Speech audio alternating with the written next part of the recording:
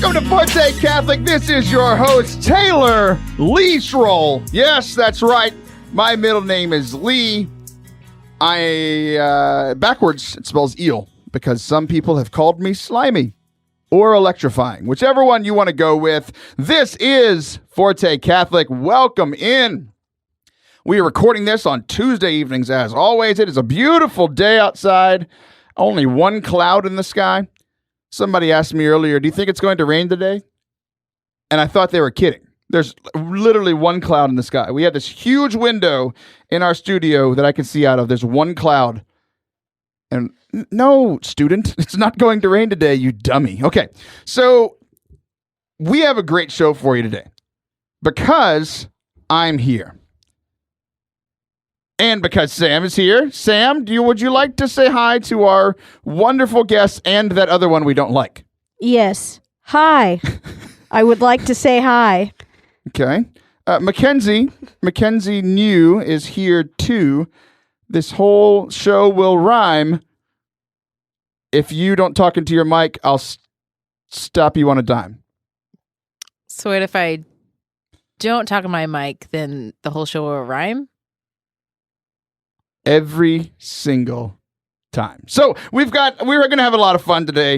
In our second segment, we're going to be talking with Everett Fritz. We recorded it a while ago, and now you finally get the chance to hear it. We had a lot of fun. If you haven't heard Everett yet, he was on the show a couple of months ago. He came back into town.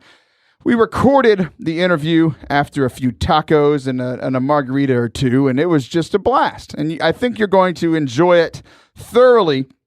In our third segment, Sam, would you like to talk? You get to pick. You are representing all of the listeners right now. No pressure at all. All of the pressure. All of the listeners except that one we don't like that we already talked about. Okay. Because I don't care what they think. All right. In the second segment, would you like to talk? In the second segment? No, in the second segment, would you like to hear from Everett Fritz? Yes. Okay. In the third segment, okay, would you like to talk about... Well, you're not going to talk. I'm going to talk. Okay. Would you like me to talk about marriage or service? What do you think the people want? Marriage. Marriage is what brings us together today. I gave a talk on that at Mackenzie's night this last Sunday. I'll have to start off with a joke I told. I don't think I've ever told this joke on the air before. It might be the greatest joke that I have, which means I stole it from someone else. So... because I'm not independently funny. I just watch a lot of stand-up comedy, put it all together, and make it look like it's all one thing that I created. It's just called plagiarism. They don't have that thing for radio where you can like put it through. Like, how many words did he copy? Like you can for school.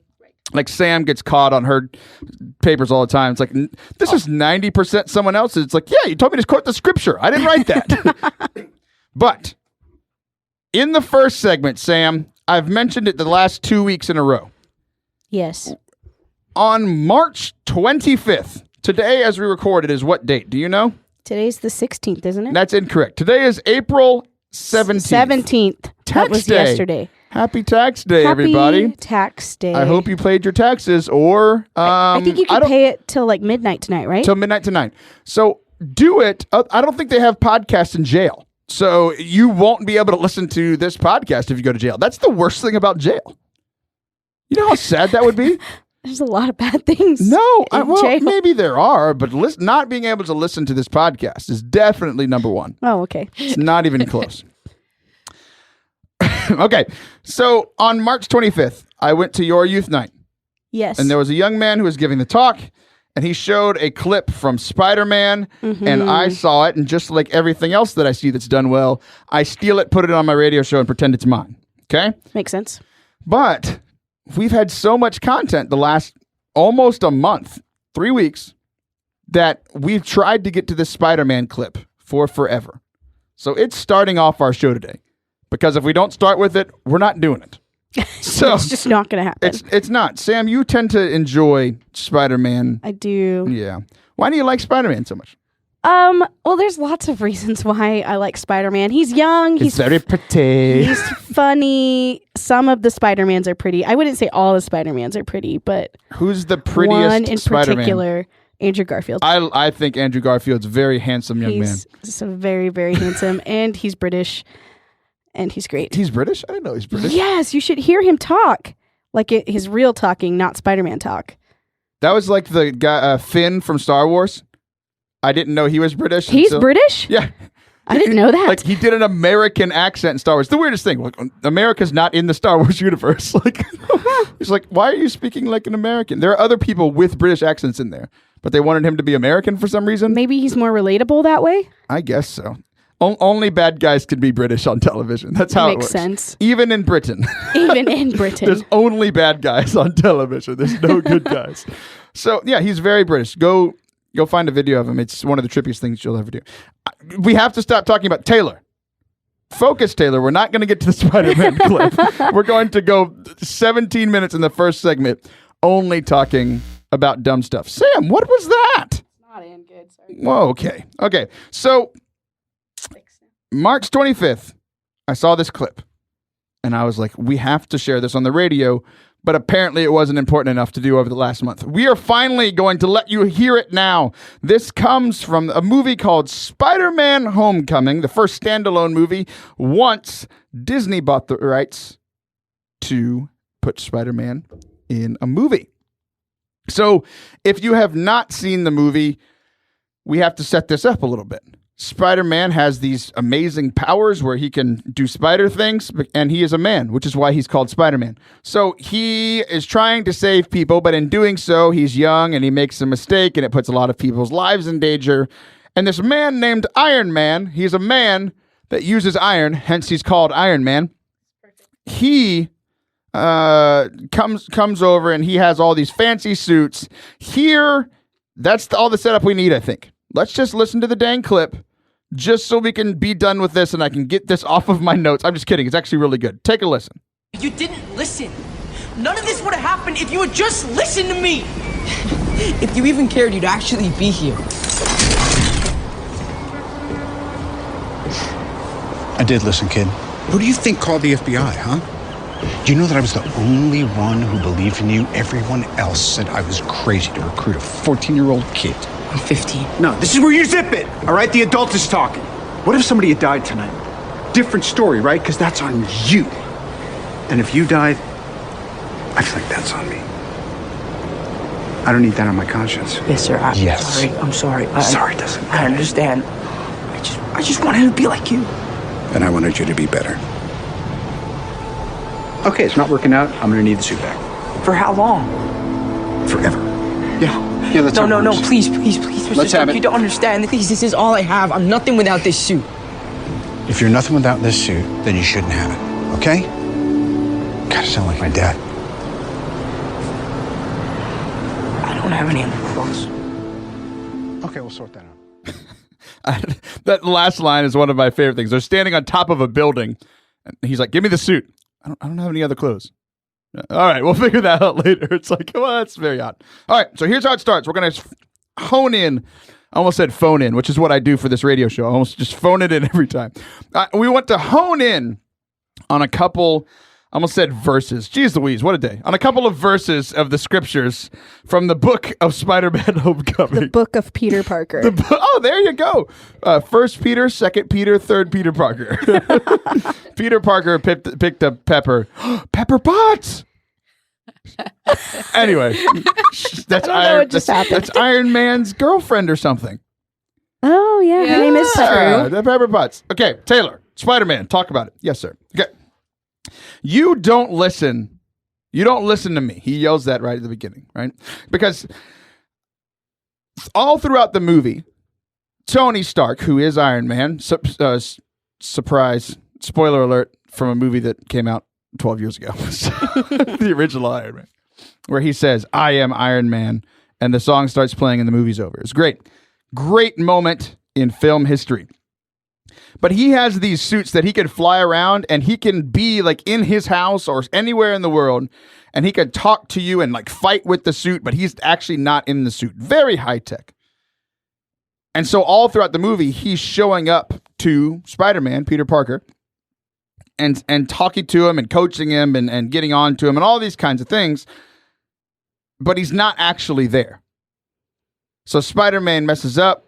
Iron Man comes in to save the day, saves all these people that if he wasn't there, Spider-Man, like they would have been on that, their deaths would have been on his hands. And so Peter's mad. He's like, you don't listen to me because there was all this bad stuff going on. And he's like, you didn't even listen. You didn't even care. So I had to go do my own thing. And he says, you don't care or you would be here. And then in one of the coolest moments in the movie, the suit opens up and Tony walks out. And you're like, what? And like you get scared in the audience and like you see Spider-Man get scared. Ah! I didn't expect that to happen. This is trouble. Yeah, exactly. This is not going to end well for me. But it's what I found so interesting about this, because I think the reason that it sent like shivers down my spine when I first watched it is like I didn't even have to read into it. I didn't have to like put on like, oh, how can I turn this into a segment on my radio show? Which sometimes I have to do when I'm watching a movie or whatever. Like, okay, there's this popular movie. How does this connect? You know, this one, it sent a shiver down my spine because I'm like, that is often how I feel with God in prayer, where it's like, God, you know that this problem is here. I've told you about it. You didn't do a thing about it. You didn't listen to me. And if you cared, you'd be here. I don't see you anywhere. Whether it's anywhere, period, or anywhere in the situation that I've been praying about, right? Sometimes we can be at a complete loss in our whole life, you know? These times of, where, you know, fancy Catholic word, desolation, where like everything in your spiritual life is dry. It's a desert. It's like Lent all the time. Can't eat bacon. It's the worst. and we can, I have found myself saying things like this, or it's in a specific situation. You want a specific situation. Everything else is going pretty well. There's a specific situation that you want to improve. It's not improving. God, what's going on? Why isn't this happening? Why aren't you even here? I feel like you're not listening to me. And it jolted me when Tony walked out of the suit. Because I'm like, that's God in those situations, right? So he walks out of the suit. And he's not only does he say, like, I am here. I am here. And even when I wasn't here, I was working for you behind the scenes. Because Tony says, like, who do you think was the person that tipped off the FBI that the bad guys were on this boat that you just messed up on? Who do you think tipped them off? Kid, you told me, I told them, they took care of it, and I showed up too, just in case, you know? Mm. He was already planning on being there. He sent the FBI there, and like he trusts Peter, right? Like he knows that he's a good kid. So that was real interesting for me on prayer. One of my other favorite parts was like where he says, "This is where you zip it." The adult is talking. Another thing that I can think about in my personal prayer. I can talk a lot. I can read I do the divine office, the liturgy of the hours or whatever. It helps me to focus because if I just try to sit in a room for 30 minutes, I check out after like 4 and then 26 minutes later, oh, I'm in chapel. I totally forgot. I was thinking about something else. Like, you know how a lot of people, like you have like the Wikipedia hole, right? You look up something on Wikipedia that links you to something else. You start by looking up like who won the World Series last year. And then 2 hours later, you're looking at like the youngest zebra alive now. You're like, how did I even get here? Right. So, but he says, this is where you zip it. So in our conversations with God, a lot of times we can be doing a lot of the talking, a lot of the, okay, God, this is what I want. This is what I need. Can you give that to me? But sometimes we just need to shut up. And I'm going to shut up now. Sam, what do you think? What was your favorite line from this Spider-Man clip? I know you love Spider-Man so much. I do love Spider-Man a lot. I think from this clip, my favorite part was the very end when they're talking about the suit. And so Iron Man makes this special suit for him to be able to do all these like fancy, cool things. And he's like really excited about it. And then in the end, because of like the decisions he's made, you know, Iron Man says, it's not working out. You need to give me the suit back. And Spider-Man's like, no, like, wait, like, you can't take this away from me. Like, I'm nothing without this suit. And Iron Man's response back was, if you're nothing without the suit, then you don't deserve it. You know, and I think a lot of times that stands out to me because I think we depend on our gifts a lot. And it's like, oh, if I don't have this gift, or if I'm not like good or whatever, if I lose this, then I'm not anybody. And it's like, no, you're like somebody because God created you to be somebody, you know? It's not that he's a great hero because of the suit. You know, he's a hero because of his character, because of what he chooses to do with his time and like saving people and like trying to learn how to be a good person, how to be a good human being, you know? Yeah, and that part is that's what it's all building up to, right? Is that final line. This is all I have. I'm nothing without the suit. And like I had a kind of different angle when I heard that. Because I was like, he said that, and I'm like, instantly, I'm like, that's a lie, you know? Because he's not nothing without the suit. He just got the suit. He was a hero for a long time before that. He could still shoot webs out of his fingers, out of his hands, without a suit. He could still climb on walls, climb 100-story buildings without a suit.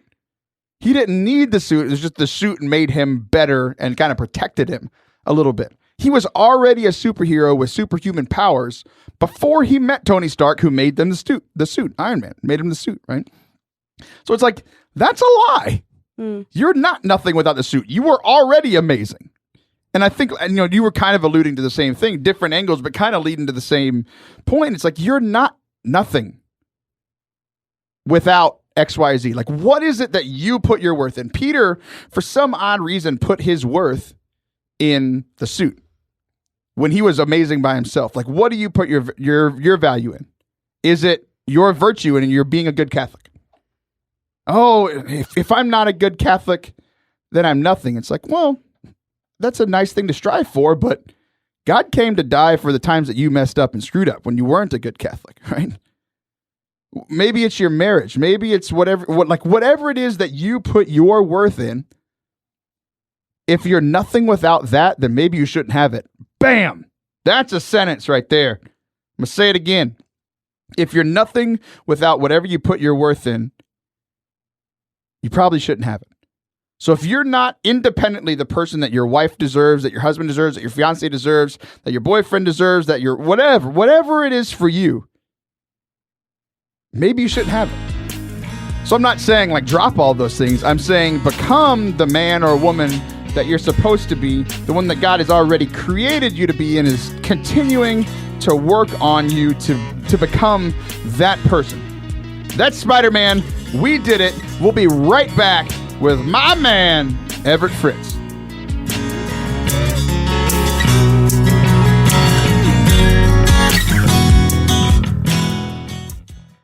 Hey, what's up? Lent is over, but you can still do something penitential like liking, rating, and subscribing to the podcast on iTunes or your favorite podcasting service. You can do it. I believe in you.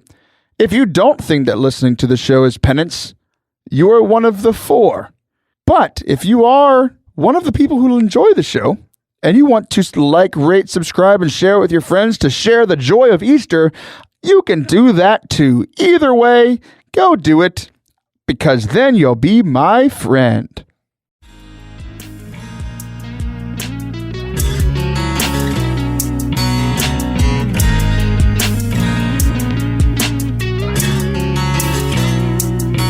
Welcome back to Forte Catholic Friends. This is your host, Taylor.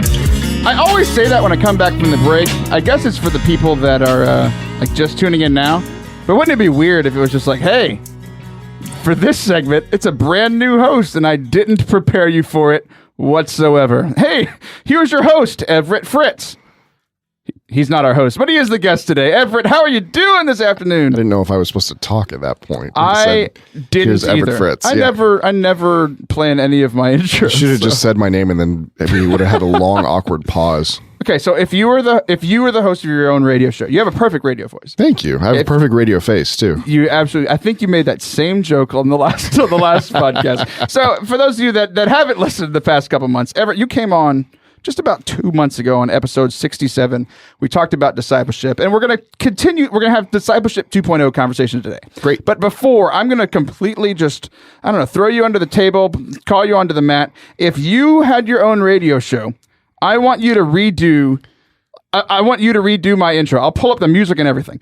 How would you intro the Everett Fritz Show? That's just what we'll call it for now. Good. I thought you were going to ask me to title my own show. No. Just call it the Everett Fritz Show. Are you ready for this? Yes. Okay, so you kind of heard how I did it, right? It was I think so. There's This the is gonna be music. terrible. You let the You're putting me music on play the a little. You got to do it for like 15 or 20 seconds. 15 or 20 seconds. 15 or 20 seconds. Are you ready? All right, we'll try. Okay, here we go. 3, 2, 1.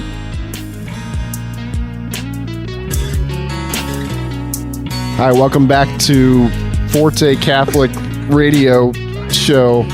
You're listening to our radio show. I'm not good at this. I'm not made for radio. Man. I'm good at it as a guest, but you asked me to host. Absolutely great at it. You're not. This isn't. Everybody knows it for the Catholic. I already told them. This is now the Everett Fritz show. So Catholicism's all about second chances. So, the sacrament of confession. Jesus came and died and rose again so that we could have second chances. I'm going to give you one. Oh man, you have done it. You're stuck on this. You got to right knock this out of the park now. You got to knock it out of the park. It's the Everett Fritz show. My show's for the Catholic. You're not the host of my show. All right, Everett Fritz. It's the Everett Fritz show. Got it. You have to come up with your tagline too. What's your tagline? I'm telling you, I'm terrible at So I've written 2 books.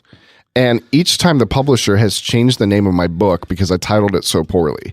So I'm terrible at naming things. So they changed it. They cannot change this. They have no power over my show. I know. I'm just telling you, I'm terrible at naming things. So, okay. all right. Well, the Everett Fritz show, it's already named. You have to, your discipleship's your thing. Say something cool about discipleship, and then we'll go from there. All right. 3, 2, 1. Maybe. There we go. Hi, welcome back to the Everett Fritz Catholic Radio Show, the best Catholic radio show in the world. You're listening to Catholic Radio with Everett Fritz. Welcome back from the break. I was about to compliment you so much. That intro was so good. The best Catholic. And then you're just like, I give up now. But I was like, I'm out of things to say. So here's your third chance. I'm kidding. No, we're not gonna do your third chance. The whole show is me introducing the show. That's all our time we have for today. So you are Everett Fritz. You came on a few weeks ago. Our president of Red Sea Catholic Radio. I texted, it's like, hey, Everett Fritz is in town and wants to come back on the radio. And he said, Fritz von Erich? I'm like, I have no idea who that is. He texted me this picture of this like rocked out, masculine wrestler, right? Mm-hmm. I was like, no, that's not who's coming. But you were one of the contestants in the Ministry Madness bracket, and I'm sorry to tell you, you didn't win. Well, I was up against the actor from I forget his name, Eduardo Verástegui. Yeah, I can't pronounce that. But yeah, I was up against the actor from You can Bella. have a second try. I was just really happy to be in your bracket, and then I saw who I was up against. I was like, yeah, there's no way I'm winning. But it's just kind of a joke that I would be, because the bracket, for those listening who aren't familiar with it, it's all about who would win in a real life boxing match. So it's not even like who's more famous in Catholic life, but who would win in a real life boxing match, which in that case, I mean, maybe I could beat Scott Hahn or something in a boxing match. That's crazy. Yeah, people are stupid and they voted Scott Hahn way too high. But all right. Scott Hahn, if you've ever met Scott Hahn, I mean, wonderful theologian, amazing intellect. He would never win in a boxing match ever. No, the guy's a grandfather, for crying out loud. And they were like, no, let's make him win. I was like, no. Oh my God. No, Bob Lesniewski, I would not want to fight. Oh, I wouldn't either. Dude's tough. In both Ministry Madness brackets, I was in the one last year, and I was only afraid of 2 of the people. This year, I'm afraid of about 2 or 3 of them. He's one of them. Who else are you afraid of? I'm afraid of Alex Gote, one of my good friends. He's an MMA guy. I would not fight Jared Zimmerer. Okay. I don't know who either of those guys are. They're like I know Scott Hahn. Bodybuilders. Yeah, exactly. Okay. So I flew you back in just for this interview. Absolutely. You happened to do a training at a Blaze Ministries where we work, and we've contracted you out to come and do a training. But I flew you in just for this interview. Hey, right? Whoever's paying the bill, I'm happy for it. Yeah, I hope Matt doesn't hear this because he might make me pay for it. So we talked about your book that was coming out at the time. Mm-hmm. It is now out. You are the author of The Art of Forming Young Disciples Why Youth Ministries Aren't Working and What to Do About It. Yes. Congratulations on finally getting the book out. What is it? Thank you. Well, it's a new book that's out with Sophia Institute Press. So I am contractually obligated to mention my publisher in every interview, Sophia Institute Press. Again, it's the Art of Forming Young Disciples. And I give presentations around the country on a variety of things, but a lot of what I get asked to give a presentation on is youth ministry. And in particular, I've kind of carved out a niche saying basically that youth ministries are struggling. We're losing young people in the church today. And I recognize that we're really, really good. This is what I talk about in the first chapter, but we're really good at getting young people in the door to things and events. We can fill stadiums with thousands of young people. We can attract millions of people to World Youth Day, but that doesn't necessarily mean that participation is translating into lifelong discipleship of Jesus Christ. And so what I try to highlight are what are the things in the book, what are the things that actually make somebody into a lifelong disciple of Jesus Christ? Like, what are the common factors when somebody becomes a lifelong disciple? And how do we actually translate that into the way that we minister, which is why the book is called The Art of Forming Young Disciples. Yeah, it's awesome, man. And you've been coming in for this like your third time to come into town. You didn't like me the first time, so you didn't come on the radio. Second time you came on. But you've been laying out this material with us in training. So I haven't read the book yet. You just handed me a copy. It came out just a few weeks ago. Handed me a copy, and you know the reason that I'm going to read it. There are two. I don't usually read books. I usually like pay people to read to me. It's this thing called audible.com. I'm not sure if you've ever heard of it. But now that I think about it, it's kind of what we did with you. We paid you to come in and essentially present your book to us. But we talked a bit about it last time. We talked about what is a disciple and how can I be one? How can our listeners be one? We talked about how it's like following a rabbi and what the life of a disciple actually looks like. And we're going to pick up right where we left off in our discussion last time. Again, that was on episode 67. If you want to go check that out. The second reason that I'm absolutely going to read this is it's 111 pages. Yeah, it's a good quick read. In fact, I've had a couple of people email me recently saying they read it in a day and they couldn't put it down, which was a great compliment. But yeah, it's a really quick read. So something you could grab on Kindle or Amazon or something of that nature and just breeze through it. But yeah, it was something that I was trying to write in terms of just making something that was really easy to digest. And really in the book, I mentioned to you offline or off the radio that we were. It was also offline. It was in person. So. Yes, I mentioned to you in person that I threw a couple of grenades in there, basically saying things that a lot of Catholics agree with. For example, there's a chapter in the book called "Catholic Education. It's a Train Wreck," and it really is, and that's not a criticism of every individual Catholic school, but rather recognizing some of the common factors that Catholic schools deal with and some of the challenges that have happened in the last several decades in regards to forming young disciples, because really the primary, I guess you could say, investment into young people, or at least the biggest investment into young people, is in the area of education from the Catholic Church. So if we're putting a ton of money into it, we should see a return on that investment, and I throw in a grenade in there that's going to get me. I actually just this week handed a whole bunch of copies to leaders in my own archdiocese and gave one to one of the leaders who was really involved with Catholic education in our archdiocese. And I said, I'm just going to give you fair warning. As a friend of mine, there's a chapter in there called Catholic Education. It's a Train Wreck. And he read that chapter first, and he pulled me aside like an hour later. Wait, before you go on, Yeah. I didn't even told you this. I have actual audio of that conversation, of his reaction to when he first read it. This is actually him. I have spies everywhere. This is what he sounded like. he screamed like a woman. But I have. Do go on. Keep telling your story. He actually said to me, he said, I'm handing a copy of this to my superintendent in the Catholic schools. He says, and we're going to have conversation about this. And this is what happened right then. So like it's provocative on purpose, right? But then he actually did enjoy it. So keep going. Yeah. So I mean, as you mentioned, it's 111 pages, and there's intentionally things in there, things in the book, "The Art of Forming Young Disciples," that is intentional with regards to it being provocative, because I think that if we don't challenge the way that we're forming our young people, nothing's ever going to change. And I was on the radio with Catholic Answers last year.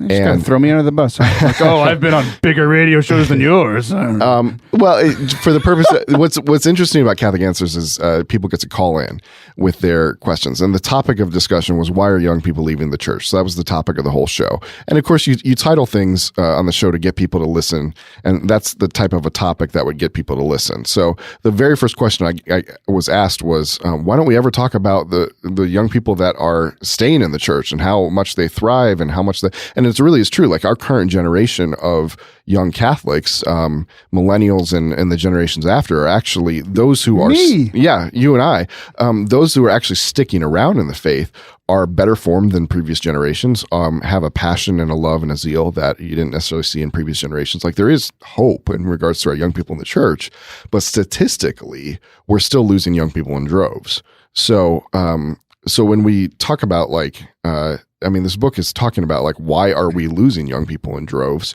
And then what is keeping those, like, I would call it the 10% of young people that are staying Catholic. Why are they not only staying Catholic, but thriving in Catholicism? And so there's a great amount of discussion in this 111-page book on what the difference is between those two realms. Yeah, it's really interesting. You shared that story earlier. What did you say? Offline. You shared it with me offline. Yeah, offline. About the superintendent that shared it. Like, yeah, it's like, oh yeah, he flipped right to it because probably he was worried about what you said, and then he read it and he's like, oh, I get this, right? So people are going to have to go read the book to have that same reaction. So there were a couple things that you talked about in our training today that I want to drive into because we talked about like the practicals of discipleship. Like that's where we ended our interview last time.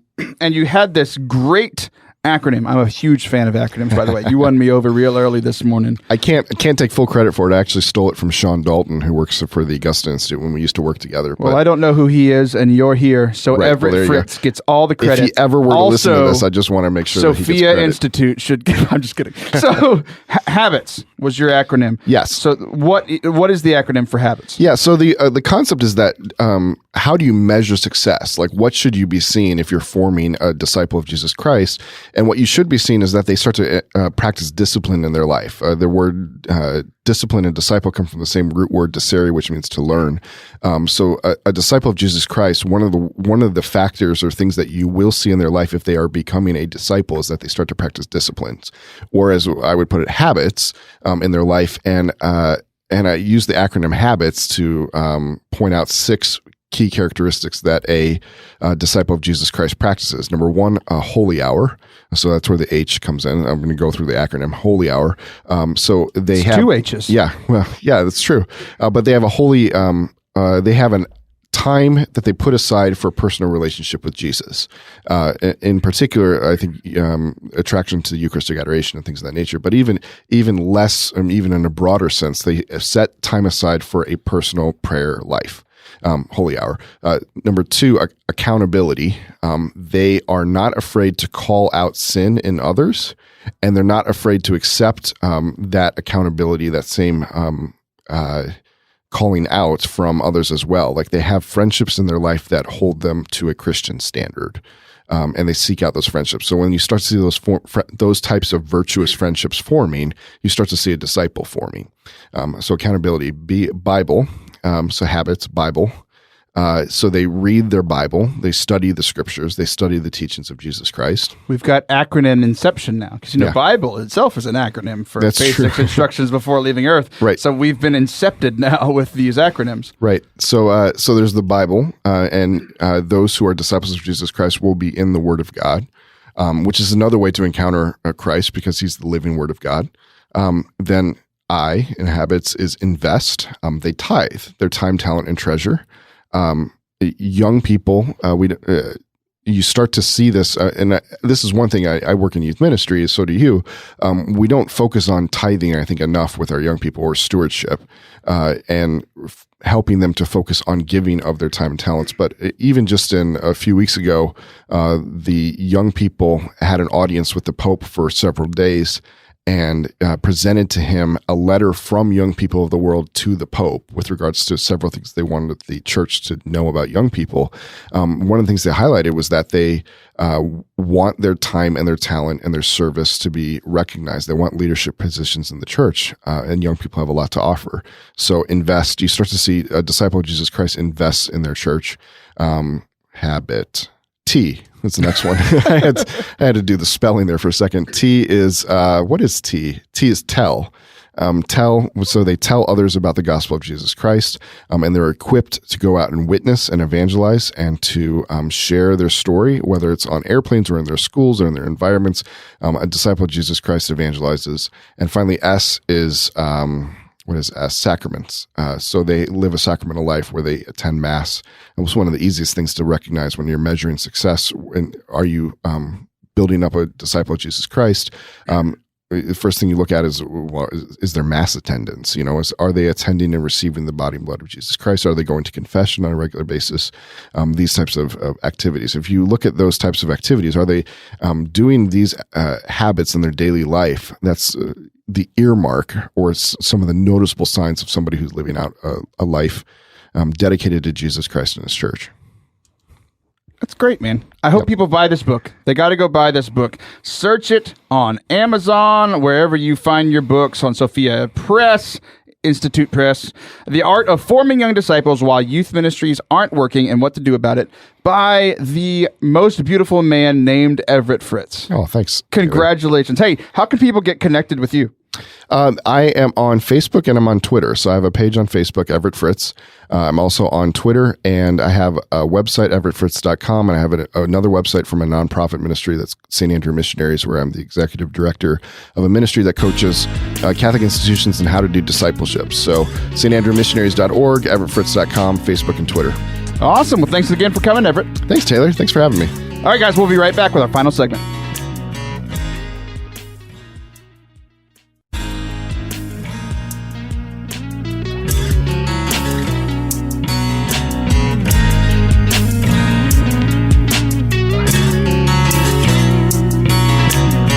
Welcome back to Forte Catholic. This is Taylor. I'm back. I am back. This is the radio show for loud Catholics. How are you? It's nice to have you back. If you're just joining us, you also just turned the dial. So thank you very much for those of you who have stuck around, steeked roundly. So, Sam, in the first segment, decided that she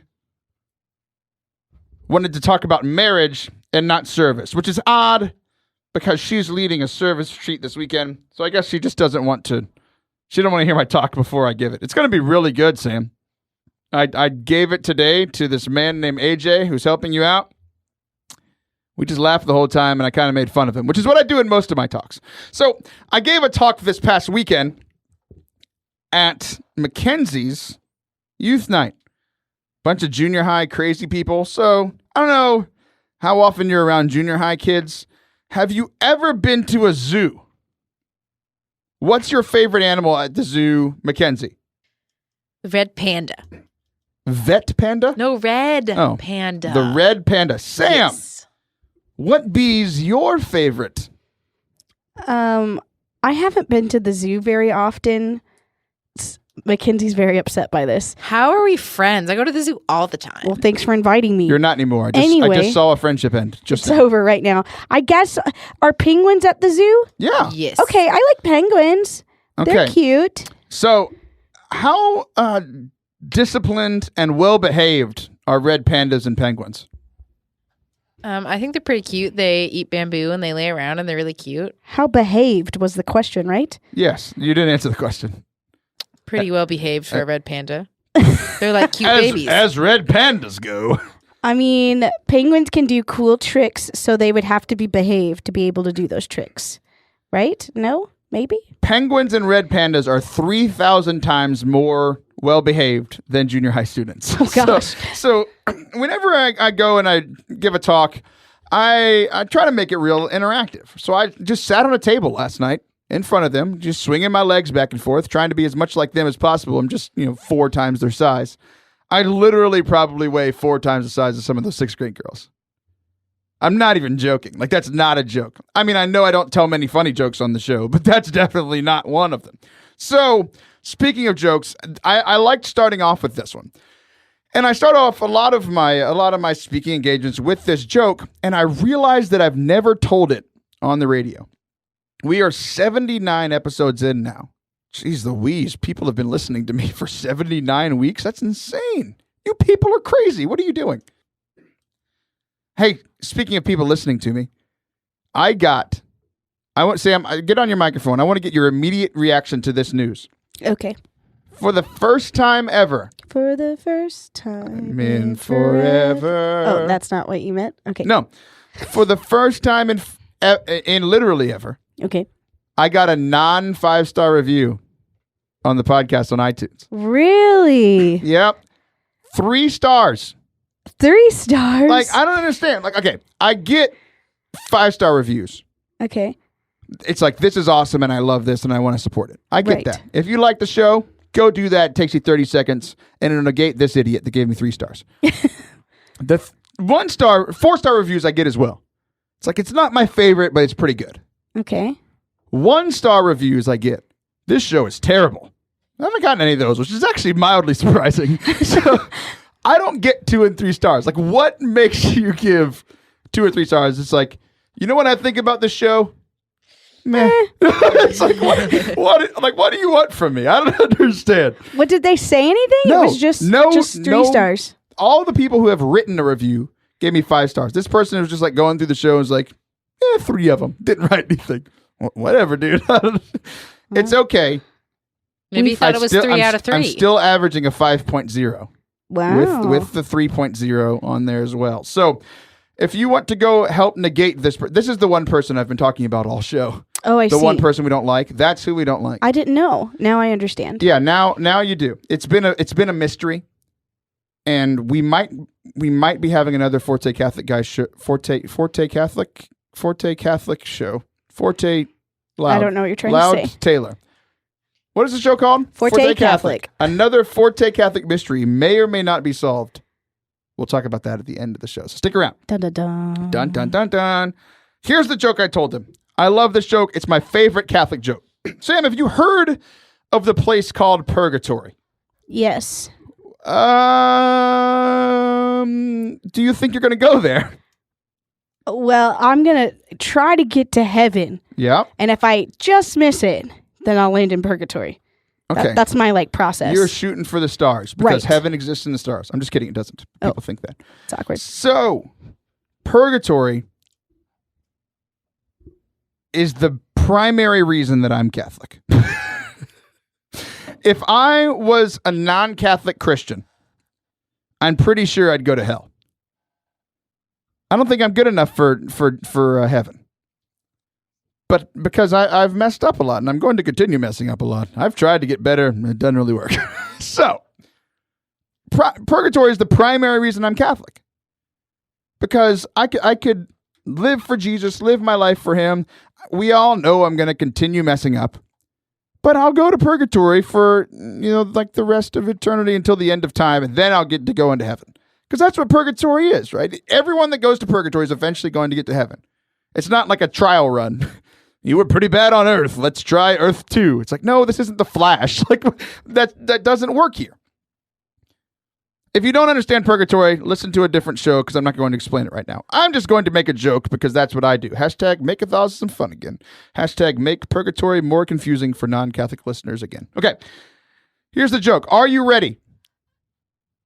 Good. Thank you for not replying. I appreciate that, Sam and Mackenzie. I have doubled your pay. I'm going to use 3 listeners for this. 3 of the most avid listeners. Annie, Brian, and JP have all died. I'm very sorry to have to announce this on Forte This Catholic. is really sad. They've all died. Why are you don't even know? Well, no, never mind. You know all 3 of I them. know. You don't even know. Oh, wait. Yeah, you actually do. You don't even know them. So, No, you don't know Annie. I did Annie's interview all by myself. You weren't even here. You're right. You left me. Okay. You don't know Annie, so it's not that sad. It's only 2/3 sad. Can you measure sadness? Moving on. So I died as well. I have died. And like I said earlier, I didn't get to go to heaven. Didn't go straight there for sure. But I didn't go to hell. Do you have a round of applause for me over there? Oh gosh. I didn't go to hell. I'm not even plugged I can make my Oh, own. you're not plugged in. Yeah, Mackenzie, thank you. This is the high quality stuff we have over here at Forte Catholic. Okay, stop. Y'all are just annoying me now. Okay. Cheers. Oh, jeez Louise, this show was terrible. I'm going to give it 3 stars after we're done. So, Annie, Brian, and JP are dead. I die. I immediately, poof, I show up in purgatory. I'm very confused. Like, wait, the last thing I saw was a giant liger. And then I was here. That's how I die, by the way. I get attacked by a liger. Die. Death. Liger. Guardian angel. Guardian angel pops up. It's like, hey, buddy, how are you? Like, where did you come from? And why do you have 87 wings? I am convinced that angels have an odd number of wings. I don't know if it's 87, but it's definitely 83 or 87. So guardian angel's like, hey man, you're dead. That liger really got to you. I'm like, dang it. I didn't go to confession before I went to go see the ligers. Now that I look back at it, I definitely should have. I should have seen the risk in going to the liger pit. He says, yeah, well, I've been your guardian angel for a long time, so I've noticed that you're pretty stupid. So I'm like, well, that's fair. It's probably why I'm here. But hey, I'm glad you were here. You were helping me throughout my life, and I didn't go to hell. So mad props to you. He's like, yeah, I was a little worried there for a little while. The last 9 people I was guardian angel for are down there. So I don't think I'm going to get demoted anymore. I'm like, well, thanks, Mr. Angel. What's your name, by the way? My name is Liger. I'm like, that's just mean. Your name's not Liger. But my guardian angel likes to joke just like I do. He's making Catholicism fun again up in heaven. So he's like, I'm going to show you around purgatory. I'm going to show you to your room. I'm like, oh, is this like a hotel? He's like, no, it's more like prison, but it's fine. It's more of a cell than a room. But you know, you'll have quite a bit of time here to purge off the extra sins that you have. And then you'll get to go to heaven. Okay, sweet. So we walk through and we're walking down this corridor. And I see our good friend Annie from the Salt and Light podcast. And she is chained at the foot to this mangy dog. Before we even get up to the room, I can smell the dog. Then I see the dog. All kind of mange, and it smells just horrendous. And it's like jumping all over and stuff. And she can't move. And the dog's just running around. And I look at my guardian angel and I'm like, Liger, like, what is going on here? I don't understand. This is not how they taught purgatory on Catholic radio or in my CCE class. This is a little new to me. What's happening? And he said, well, you know, Annie did some things wrong in her life. And this is kind of her penance. This is how the sin is being purged off of her. All the other connections she had to sin and sinful thoughts and desires are being purged away by this mangy dog. I'm like, well, Catholicism is weirder than I thought. Can we move on? This is kind of weird. Bye, Annie. So I follow Liger down the hallway. We go to the next room, and it's a little darker, a little damper. Some would even say moist. We go in, we go by the room, and I can barely see. I can barely kind of make it out. I see these 2 figures, but it kind of looks like one figure. And I'm like, what's going on? And I see our friend Brian. He has one of the, you know, like the old school, like you have like that, like the old ball and chain. And I'm not talking about marriage. That's what we were supposed to talk about this segment. We're probably not going to get to it. You got the old ball and chain. So he can't move at all. He's trying to move it around, but it's this huge thing. It's not big enough. And I start to be able to make out the second figure. The second figure is this ugly and ginormous ogre. 7.5 feet tall. In purgatory, I can immediately judge height correctly. I'm just kidding. Liger told me. So he's very large. He's got pus coming out of his pores. I'm like, this is nasty. Are you sure this isn't hell? And he said, no, you're not there. I'm like, okay, good. So the ogre is like hugging Brian with all the pus coming out of his pores, going into Brian's ears. I'm like, this is nasty. I don't like this. He said, well, Brian did some things, lots of things wrong in his life. And this is his punishment, how he's going to purge off his connections to sinful things. And then he'll get to go to heaven in 87 and a half years. I said, Liger, that's very specific. Is there some kind of like gauge for this? Like every sin is 3 months? Like how do you even come up with that? He said, you're not smart enough to understand. Let's move on. I said, fair enough. So we walk down the corridor a little bit more, and it gets to the point where I can almost see nothing. Only the light off of Liger's 87 wings are lighting up the room just a little bit so I can see. And we go into this room, and there's a spotlight on JP. JP is a good friend of mine. He helped build this studio, put carpet up on the walls. I think that's very telling. Carpeted walls from JP. And I get really confused because it's getting worse and worse and worse as we go down these corridors. I'm getting more and more concerned because apparently I'm going further and further and further into the depths of this fake purgatory. And I look into the room, and JP is chained to the most beautiful woman I've ever seen in my entire life. The kind of beauty that isn't even possible on earth. Picture the perfect woman in your mind. She's better. Okay?